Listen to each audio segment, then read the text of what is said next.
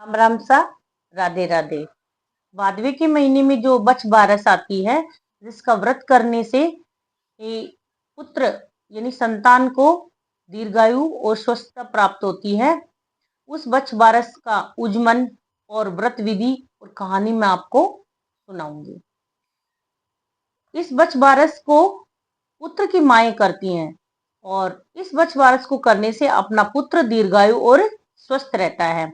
इसको करने के लिए पहले दिन औरतें एक सेर मोठ और बाजरा भिगो देती हैं।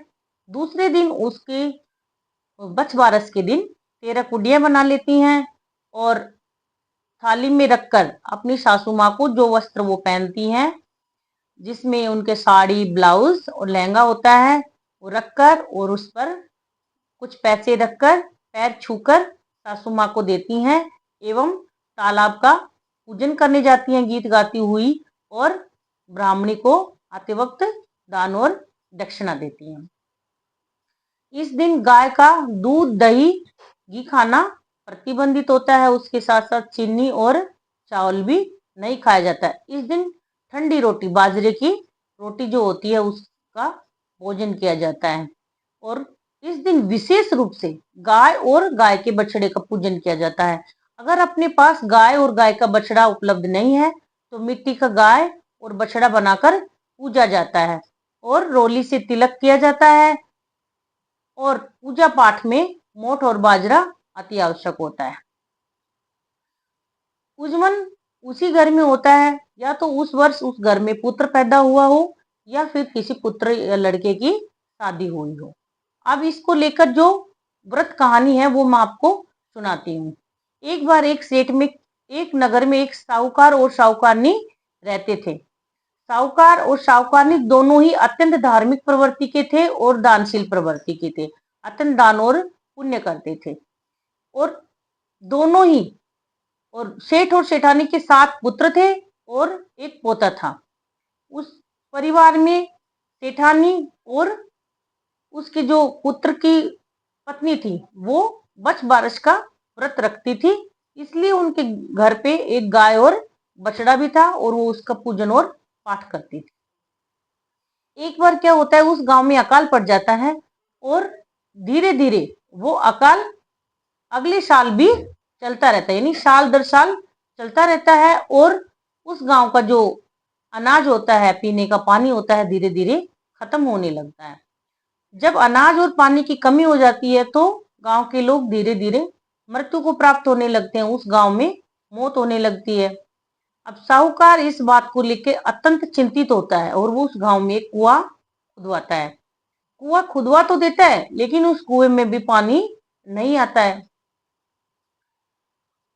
तब साहूकार ऋषि मुनियों से यज्ञ अनुष्ठान करवाता है ताकि इस कुएं में पानी हो जाए। यज्ञ अनुष्ठान करने के उपरांत भी उस कुएं में पानी नहीं होता है तो साहूकार जो होता है वो उन ऋषि मुनियों से उसका कोई उपाय पूछता है कि हे ऋषि मुनियों, कोई उपाय बताओ जिससे इस कुएं में पानी हो जाए और मेरा जो गांव है वो जल के संकट से निपटे और हम अकाल से लड़ सके। ऋषि मुनि बताते हैं कि इसके लिए आपको नर बलि देनी पड़ेगी। नर बलि में आप अपने पुत्र या पौत्र की बलि भी दे सकते हो या किसी और व्यक्ति की। तो साहूकार सोचता है किसी और व्यक्ति की बलि तो मैं कैसे दूं, लेकिन मैं मेरे पुत्र और पौत्र की बलि भी कैसे दूं। इस बात को लेकर वो अत्यंत चिंतित हो जाता है।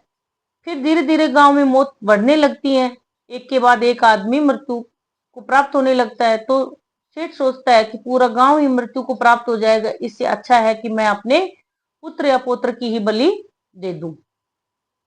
उसकी जो पुत्र वधु होती है रक्षाबंधन पे अपने पियर चली जाती है।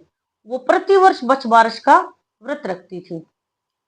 अब वो रक्षाबंधन पे गांव चली जाती है तो साहूकार अपने पौत्र को अपने यानी कि पोते को अपने पास रख लेता है। बहू चली जाती है, पीछे से साहूकार अपने पोते की बलि चढ़वा देता है। बलि चढ़ाने के बाद धीरे धीरे उस कुएं में पानी भरने लगता है और कुआं ऊपर तक पानी से भर जाता है। इस बात को लेकर पूरे गांव में खुशी की लहर दौड़ पड़ती है। अब ऋषि और मुनियों को फिर से बुलाया जाता है। ऋषि और मुनि उस कुएं के ऊपर यज्ञ का आयोजन करते हैं। उस यज्ञ के आयोजन के लिए साहूकार और साहूकारनी पूरे गांव के शहीद ढोल नगाड़ों के साथ उस कुएं पूजन के लिए जाते हैं। और जब पूजन के लिए तैयारी में जुटे होते हैं साहूकार और साहूकारनी, तो पीछे से अपने दासी को बोलकर जाते हैं कि हम उस कुएं के पूजन के उपरांत यहाँ आकर ऋषि मुनियों सहित भोजन करेंगे, तो आप गेहूंला धानुला पका लेना, आज बछबारस है। तब वो तो कहकर चले जाते हैं। पीछे से जो दासी होती है वो गलती से गेहूंला धानुला अपने गाय के बछड़े को समझ ले बैठती है, क्योंकि सेठ और सेठानी प्यार से अपने गाय के बछड़े को गेहूंला धानुला पुकारते थे। और वो क्या करती है, पीछे से गाय के बछड़े को गेहूंला धानुला समझकर पका लेती है। और उधर कुएं का पूजन चल रहा होता है। कुएं के पूजन के उपरांत गांव वाले कुएं से जल लेकर नहाना शुरू करते हैं। तो उस भीड़ में अचानक से सेठ को अपना पोता भी नजर आता है। वो पोता जो होता है वो कीचड़ और गोबर में सना हुआ सेठ के पास आता है और कहता है, दादाजी मुझे भी नहाना है, मुझे भी पानी निकाल कर दो। तो सेठ इस बात को लेकर अत्यंत प्रसन्न होता है और भगवान का शुक्रगुजार होता है, भगवान को शुक्रिया अदा करता है कि हे भगवान, आपने मेरा पोता लौटा दिया, मेरा तो जीवन धन्य हो गया, अन्यथा मैं मेरी बहू को क्या जवाब देता, इसी चिंता में मैं सूखा जा रहा था। अब अत्यंत खुशी के साथ सेठ, साहूकार और साहूकारनी और पूरे गांव के लोग वापस पूजा करके जब घर को जाते हैं, तो सेठ जाता है तो वो देखता है कि मेरी गाय का बछड़ा कहाँ गया, उसे बछड़ा नजर नहीं आता है। तो वो उस दासी से पूछता है कि बछड़ा कहाँ है। तो दासी कहती है कि हे सेठ जी, मैंने तो उसको, आप बोलकर गए थे गेहूंला दानुला पका लेना, तो मैंने तो गेहूंला दानुला को पका दिया। सेठ कहता है कि हमने गेहूंला दानुला चने और मोठ को कहा था, न कि गाय के बछड़े को। आपने ये क्या पाप मेरे सर लगा दिया।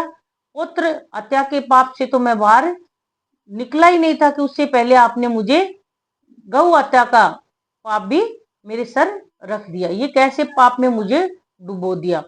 अब इस पाप से हम कैसे बाहर निकलेंगे। तब सेठ विलाप करता हुआ, दुखी होता हुआ, उस जो हांडी में बछड़े को पकाया था उस हांडी को लेता है और मिट्टी में दबा देता है। दबाने के बाद शाम को जब गाय चर के आती है, घर लौटती है, तो वो अपना बछड़ा घर पे नहीं पाकर अत्यंत दुखी होकर मिट्टी खोदने लगती है। उधर सेठ अंदर विलाप कर रहा होता है। तभी मिट्टी खोदते खोदते गाय को उसका बछड़ा ढूंढने लगता है, यानी कि उस मिट्टी से गाय का बछड़ा निकलता है, मिट्टी में सना हुआ, और गाय को का दूध पीने लगता है। तभी लोग दौड़कर सेठ के पास आते हैं कि हे सेठ जी, आप देखिए चलकर, आपकी गाय का बछड़ा तो गाय का दूध पी रहा है। उस दिन बछबारस थी। सेठ जी बछबारस को कोटि कोटि नमन करते हैं और धन्यवाद देते हैं कि हे बछबारस माता, आपने मुझे मेरा पोता लौटा दिया ताकि मैं मेरी बहू को जवाब दे सकूं और मैं किसी भी बोझ के तले दबा न रहूं, किसी भी दुख के तले दबा न रहूं। और आपने इस गौ माता को भी इसका बछड़ा लौटा दिया और मुझे उस पाप से निकाल दिया। मैं आपको कोटि कोटि नमन करता हूं और धन्यवाद देता हूं। तब साहूकार ने पूरे गांव में ढिंडोरा पिटवाया कि अपने संतान सुख और के लिए और उसकी दीर्घायु के लिए, उसकी स्वस्थता के लिए पूरे गांव में बछबारस का व्रत उपवास किया जाए और पूजा पाठ की जाए। साथियों, जिसे भी मेरी ये कहानी अच्छी लगी हो वो कृपया करके मेरे चैनल को सब्सक्राइब करें, वीडियो को लाइक करें, शेयर करें और बेल आइकन को दबाना ना भूलें। राधे राधे।